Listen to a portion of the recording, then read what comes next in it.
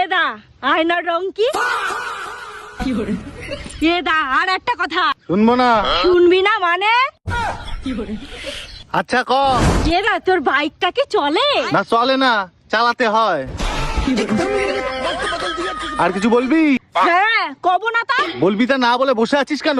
তুই কি হাত ধুস? হ্যাঁ, হাত ধোবো না কেন? আমি হাত ধুই তো। আরে না তুই হাত ধুস না।